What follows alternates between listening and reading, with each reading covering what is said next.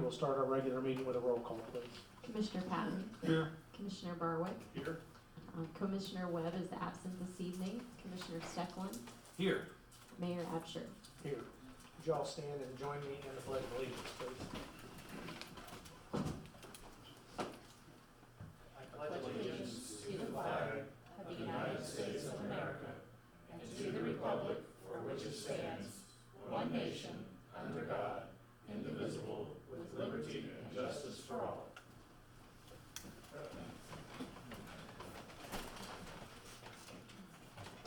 That brings us to item 3 on the agenda, which is our audience to visitors and public comments. I do see some visitors, so do any of you guys want to address the council?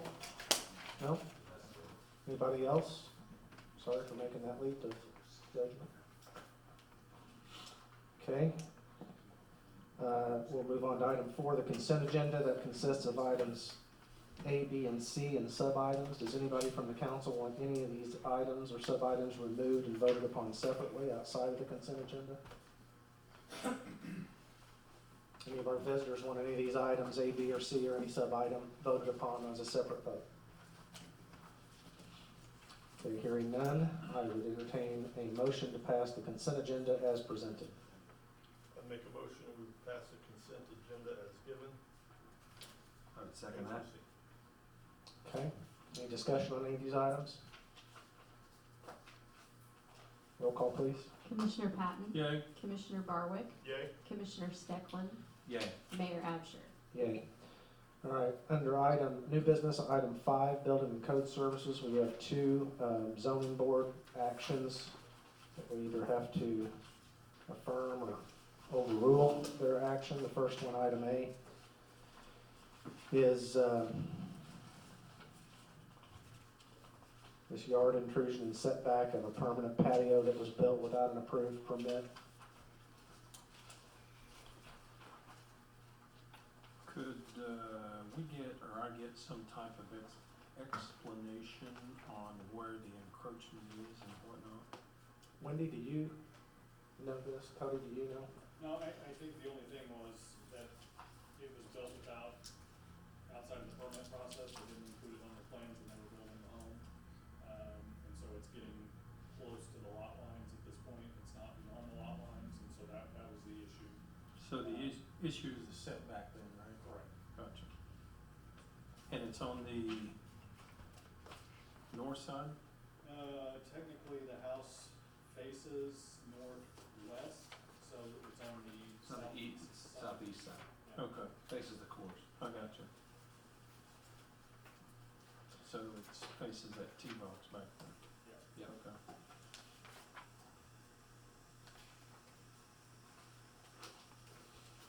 Because the land they're encroaching belongs to them too, right? Not sure who it affects.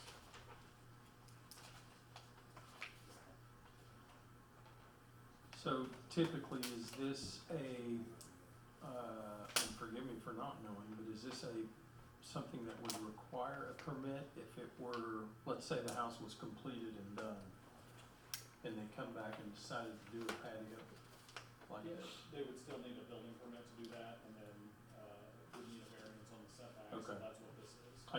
I get the setback or the variance on the setback. Yeah. But because it has a footing, I would assume, is the reason why? Okay. Thank you.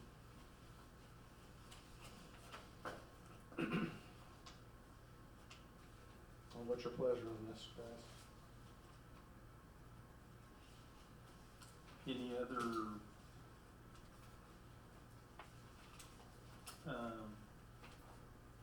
this is just a formality, none of the neighbors have complained or anything? No, nobody, I don't believe, showed up to the zoning meeting, They and just we've not heard of them. wanna make it right? Yeah. Yeah, this variance was filed at our request. Are you wanting a motion? Yeah. All right. I'd make a motion that we affirm the zoning board's approval of the Marion Center project variance at 1517 Champions Drive. Second time? We discovered this on the final inspection or something of the building permit? Kind of an oops? Okay. Any other questions? call, please. Commissioner Patton, Yay. Commissioner Barwick, Yay. Commissioner Stecklin, Yay. Mayor Absher. Yay. Item 5B is a request from Jerry Ross with Ross Construction that has long owned that 1600 East Boynton where the former GTE Operations Center sits.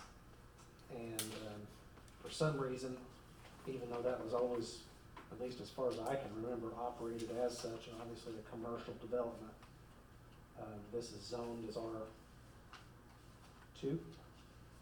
Probably shouldn't have been when we, because I think that building was there even prior to our zoning. So I'm not sure if that was missed at the time, but he's wanting to zone it as C1 so that he can operate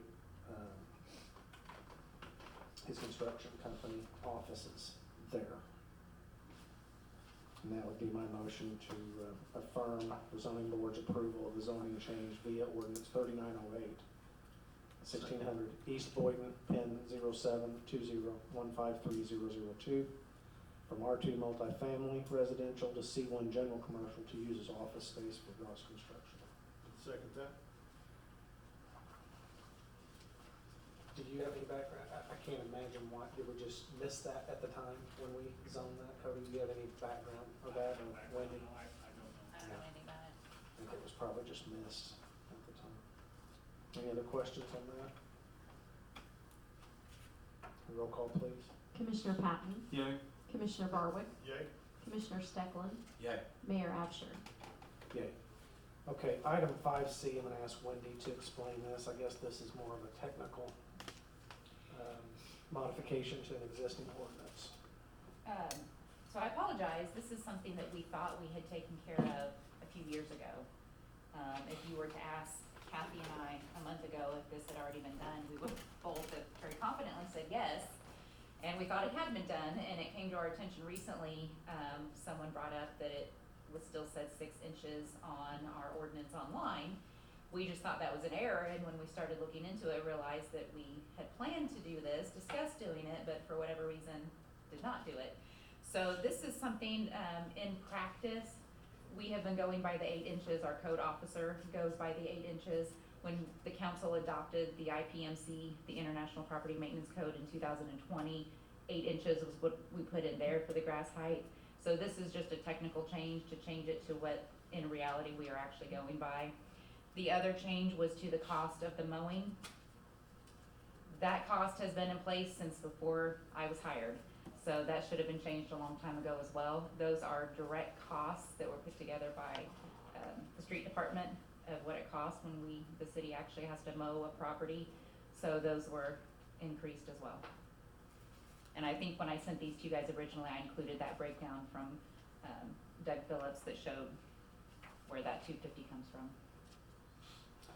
Okay, so for clarity for those that are here, including the media, so this corrects the black letter of our ordinance to state what we've actually been doing, which is if somebody has grass that's over 8 inches, then that's when you see us post a little reminder in the yard and gives people 10 days, which is always ridiculous because by the time you mow it, 10 days more, if they don't mow it again, it's probably time to mow it again. But what happens after that cure, what we call a cure period, if people do not mow their yards in that time, then at that point, the city can go in there and mow it. And we charge a fee for doing that. What Wendy is referring to is that we've looked up on average what that costs us to do with our labor and our materials and of course the gasoline and that kind of thing. And so that's the other piece of this is changing no matter the size of the parcel, it's $250 if we have to mow your property. Now, Correct. I'm saying that for 2 reasons. One, we don't want to mow your property at all.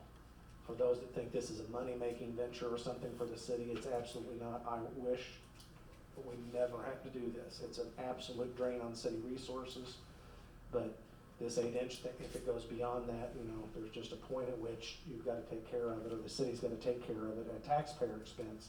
And what typically happens is that we send a bill, sometimes that doesn't get paid, and then our recourse is we put a lien against properties. Correct. So that's sort of just again, just be transparent, all the work to do that, even the billing and putting the lien on people's properties, and then typically, the fee doesn't get paid. I would say typically. Most of the 50-50. time it does not, yeah. Yeah, It's not, at best, yeah. it's 50-50. So then it costs the taxpayer money to go file a lien, and Wendy's time to go file a lien at the courthouse against the property. So please don't, I don't want anybody to think that this is something that we're money grabbing or anything else. We truly wish everybody just mowed their yard and we didn't have to on those circumstances. Of course, if the liens don't get paid, we have the recourse of foreclosure. Yeah, but I don't like that either, generally speaking. But, I have a question. Prior to this, we charged $90 up to 1 acre. Over an acre or larger was $180. It's my understanding, they just go by the flat 250 for each parcel, Okay. unless it's, a field of some sort that requires the brush hogging, then that's a separate fee, which Okay. Doug said that just gets, So I was gonna say, if they that might have be to a do. bargain for And that's why it says on here, someone mow my yard yeah, for necessary Well- brush hogging may require additional fee. That came from Doug. If they Okay. have, if it's a large field that they have to brush hog, they can't just mow it with one of their regular mowers, then they do a separate calculation. Okay. That's where I was going with that. Might be cheaper to pay the city to do it. It was a long time. well, thanks a lot, John. Yes. I got a question on, cause the field across from my house, I don't know who owns it, Mr. Riker used to own it, and they get the weeds up and they slap a 250 thing, whoever owns it, or workers tear it down, and now they don't even cut the grass. The last post they put on, which was maybe 2 weeks ago, they just took weed eater and just looks like burned up stuff and killed it, so it's an eyesore, so they don't have to do anything, and they went all the way back to that building that used to be there, I don't know what it The was. city did or the owner did? The owner did.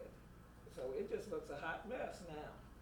It makes everybody's property look bad. It ain't like we live in a $100,000 neighborhood, but still, it's, that's what he did.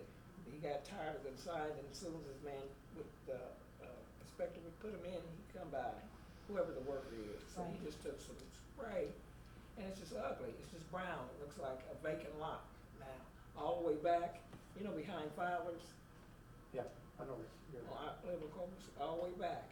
And so, is that fair? I mean, he just comes and pulls up the stuff. So now he's decided he's just gonna burn up the stuff. Well, our ordinance doesn't address ugly, it just addresses grass height, as far as I can tell, so. I The just ugly wondered. part gets into real Cause I had subjective. left a thing downstairs, but he never did answer me concerning that when he was doing that back and forth. And you say you do or don't know who owns it? I just know whoever bought it is in Florida, but he has somebody up here, and the guy is a little snippy. And my neighbor on that side just cut some of it, and he asked him, can he just mow it? I mean, can he just cut it? He said, no, I'm gonna burn it up if you don't cut it. So my neighbor, just 'cause he doesn't want his land looking ugly, he just goes over encroachment, whatever, and cuts it. Okay. I'll have to look at it every day, but I guess it's okay. Cody, help me, remind me tomorrow to check on that and see if we can get in touch with you or see what's going on. When you say burn it up, they literally set it I afire? literally saw him take weed eater or whatever the poison is that you burn up weeds with. Okay, killed it, but not, Yeah. didn't burn it per se? Not burn as a Okay. match, Okay. and then Burning it would be the another first time it issue. didn't work because we had them storms. So we came back and did it the second time, I guess the rain just Okay, made it more fair. But now it's just ugly, okay. So, no points for ugly. I'll go ahead and make a motion to approve this ordinance 3909, amending ordinance 2206 concerning weeds, grass, and vegetation as we've described. Second? Any other questions? Wendy, she needs to skedaddle, I think, so. Okay, Thank you. roll call, please. Commissioner Patton, Yeah. Commissioner Barwick, Yay? Commissioner Steckland, Yeah. Mayor Absher. Yay. Item 6A has to do, if you guys recall, we've been remodeling the bathrooms over the course of the last year and a half at the pavilion. This is the last piece of that, which has to do with the cabinetry and some updated plumbing. As Cody noted in your cover page here, the plumbing quote, which we did budget for, was within, our budget. The cabinetry's $3,950 over. You recall how much the plumbing is? You said within the budget. Is it under the budget? Yeah, it's under budget, so I think How much does it offset that $3,950 then?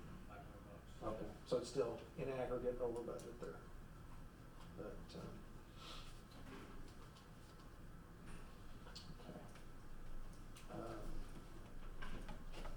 Let's see. I'm gonna read, this is two separate, let's see, wait a minute.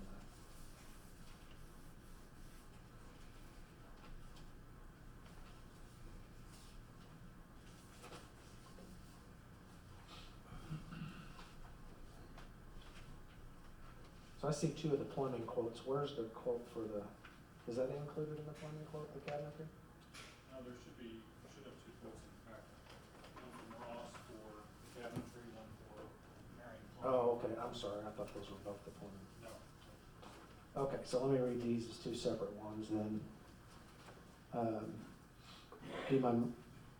I would move to approve a bid from Marion Plumbing LLC in the amount of $32,731 to replace sinks. Well, it sounds like a lot to everybody. That's 26 sinks, including new traps and supply lines, plus the labor to do so. And then I would also move in the same motion to approve a bid from Ross Construction, $39,870, which is to furnish and install new plastic laminate vanity tops, install 30-inch cabinets beneath each new vanity in each restroom, and to clean up and haul off of debris. I have a question. Okay. On the Ross bid, the printed out bid says 35,910, and then the numerical bid says 39,870. The print out, say that again? See the base bid proposal right here, right above the number? That doesn't equal the number that's right below it. Unless I'm reading that. You're saying the literal? This is 35,910. This Oh. says 39,807. And also Ross's bid is furnish and install new plastic laminate vanity tops. Marion Plumbing says that does not include countertops or cutting out countertops for bowls. Yeah, Ross will do that work and then Marion Plumbing would come in and put the sinks in. Yeah, if I understand that right. Marion Plumbing, just exactly what you said. Okay, so they're not furnishing any of the material plumbing, is it? Yeah, these are two separate projects. Right. Yeah. They're just saying what they aren't doing that he's Okay. doing. But do you see on this, Yeah. Yeah. the literal and the, do you know what the discrepancy is there? Which one's correct? I don't, I would move to Okay, do the 35. I like the literal, yeah. well, maybe we should just table this until we find out what the right thing is. Was there a point in acting on it? I'm still confused on this. Okay, Ross is saying that he's going to furnish and install one 30-inch cabinet beneath each new vanity in each restroom. And this over here, he's changing out 26 sinks. So he's gonna just put in a cabinet and then he's just gonna put in the sink in the cabinet, is that right? and the countertops over here. Countertops, Okay. vanities, the cabinets. So we only have one bid for each phase. That's correct, yeah, these are the contractors that have done the other work in the building, so it's a Okay. continuation of that. It's all originally part of one big master bid that we had to bust up over 2 budget years because we couldn't all pay for it.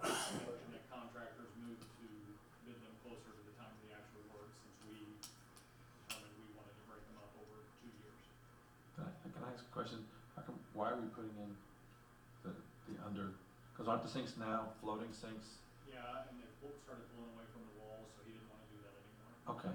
Which I can see that, because I've been in there and I've seen kids hanging on and stuff like Yeah. that, and I can see that happens, but what are you gonna do for the handicap sinks? Still gonna keep the same? There will be one at the correct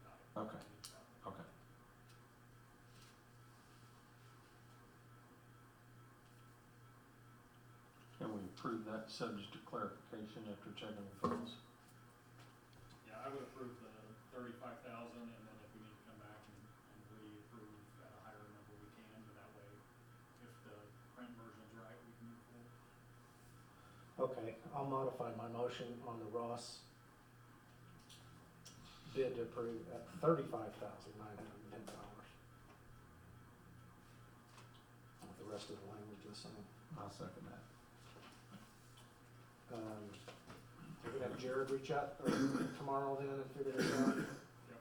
Okay, roll call please. Commissioner Patton, Yay? Commissioner Bartwick, Yay. Commissioner Steckland, Yay. Mayor Absher. Yay.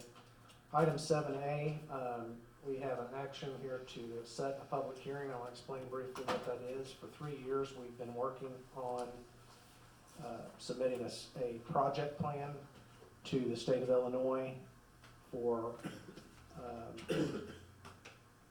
what is known as the Star Bonds District. It's been long established in the city.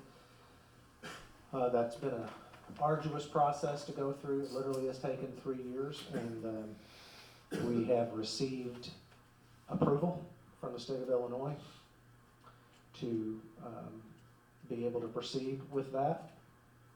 And the next statutory requirement for that project can continue is for us to set a public hearing date where we do several things. One, the master developer, which is Millennium Development, will be presenting their plan, redevelopment plan, to the general public. And myself and any other experts that we can assemble that will be there to answer any questions from the public. And so we are proposing through, or stating through this ordinance, that we'll have that public hearing on Tuesday, September 12th at 6 p.m. at the Marion Cultural and Civic Center. So that's my motion to approve ordinance 3910, setting the public hearing for the proposed Marion Star Bond District Project Area Number 1 and the project plan for Marion Star Bond District Project Area Number 1 to be held at 6 p.m. Central Time on September 12th, 2023 at the Marion Cultural and Civic Center, 800 Tower Square Plaza, Marion. I would second that. Any questions on this? I know there'll be more of them at the hearing, but as far as the hearing itself. Okay, roll call please. Commissioner Patton, Yay. Commissioner Bartwick, Yay. Commissioner Steckland, Yay. Mayor Absher. Yay. Okay, item 8, commissioner reports. Doug, we'll start with you tonight. I don't have anything tonight, Mayor, but I will like to have a report next time we meet from the Colt League World Series. Overall, pretty satisfied with it Yes. this year? I thought you would be. Attendance was up. Southern Illinois team won the trophy again, or won the tournament again, which I think is fantastic. So, yeah, good tournament and good attendance. Okay. Commissioner Barwick?